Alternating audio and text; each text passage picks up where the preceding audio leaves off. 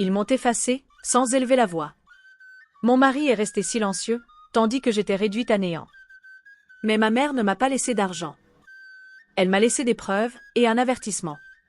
La vérité mettait les gens mal à l'aise. Parce que le silence protégeait quelque chose de plus grand. J'aurais pu les anéantir bruyamment. J'ai choisi de rectifier l'histoire en silence. Certaines victoires n'ont pas besoin de bruit.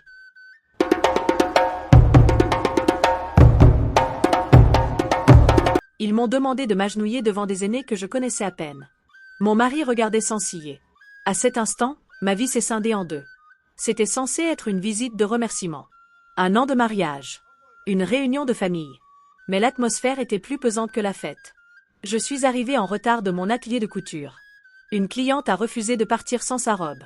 Le travail me faisait toujours arriver en retard. La pauvreté est impitoyable.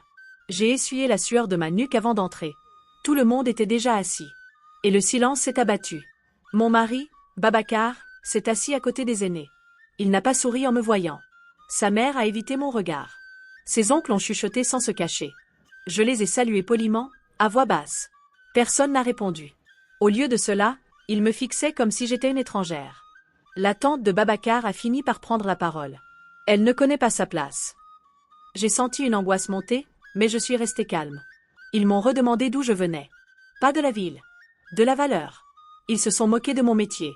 Couturière, ce n'est pas un héritage. Ils m'ont comparée à l'ex de Babacar. Elle venait d'une famille de professeurs. J'ai baissé la tête. C'est ainsi que ma mère m'a appris à survivre. Puis vint l'accusation. On a dit que j'avais fait honte à la famille. J'étais trop discrète. Trop petite. Trop invisible. On a demandé à Babacar de parler. Il n'a rien dit. Le silence valait approbation. Puis l'aîné m'a demandé de m'agenouiller. Pour m'excuser d'avoir perturbé le destin. Mes jambes tremblaient tandis que je m'agenouillais. C'est alors que j'ai touché la poche de mon pagne. Le vieux carnet de ma mère était dedans. Elle était morte 6 mois plus tôt.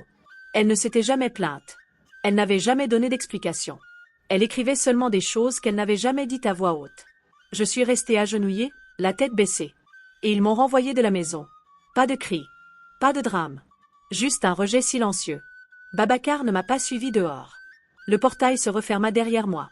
La pluie se mit à tomber aussitôt. Comme si le ciel l'avait compris. Je marchai seule jusqu'à l'arrêt de bus, serrant mon carnet contre moi.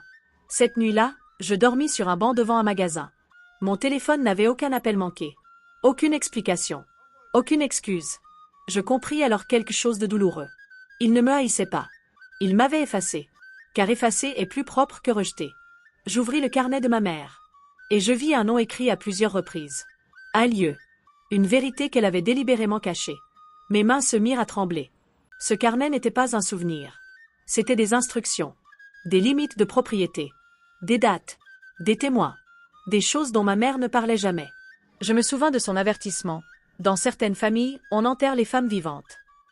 Je ne l'avais jamais compris jusqu'à présent. Le nom dans le carnet me hantait. Parce que je le reconnaissais. C'était la terre de la famille de Babacar. J'eus un haut le cœur. Que savait ma mère? Pourquoi avait-elle consigné leur histoire? Pourquoi me l'avoir caché? Pourquoi mon nom a-t-il été mentionné aussi? Que j'ai hérité exactement? Et pourquoi m'épouser les menaçait-il? Le silence n'est pas un signe de faiblesse. Parfois, c'est une préparation. Quelle vérité sur vous les autres craignent-ils de découvrir? Dans l'épisode 2, je découvre pourquoi ma mère est restée silencieuse et pourquoi mon mariage n'a jamais été une erreur. Fin. Épisode 2, la vérité commence. Merci d'avoir regardé. Si l'histoire vous a plu, n'hésitez pas à liker et à partager vos impressions dans les commentaires ci-dessous. Pensez à aimer, partager et vous abonner pour plus de contenu. Activez les notifications pour rester informé. Découvrez également notre playlist pour plus de vidéos. Votre soutien est précieux.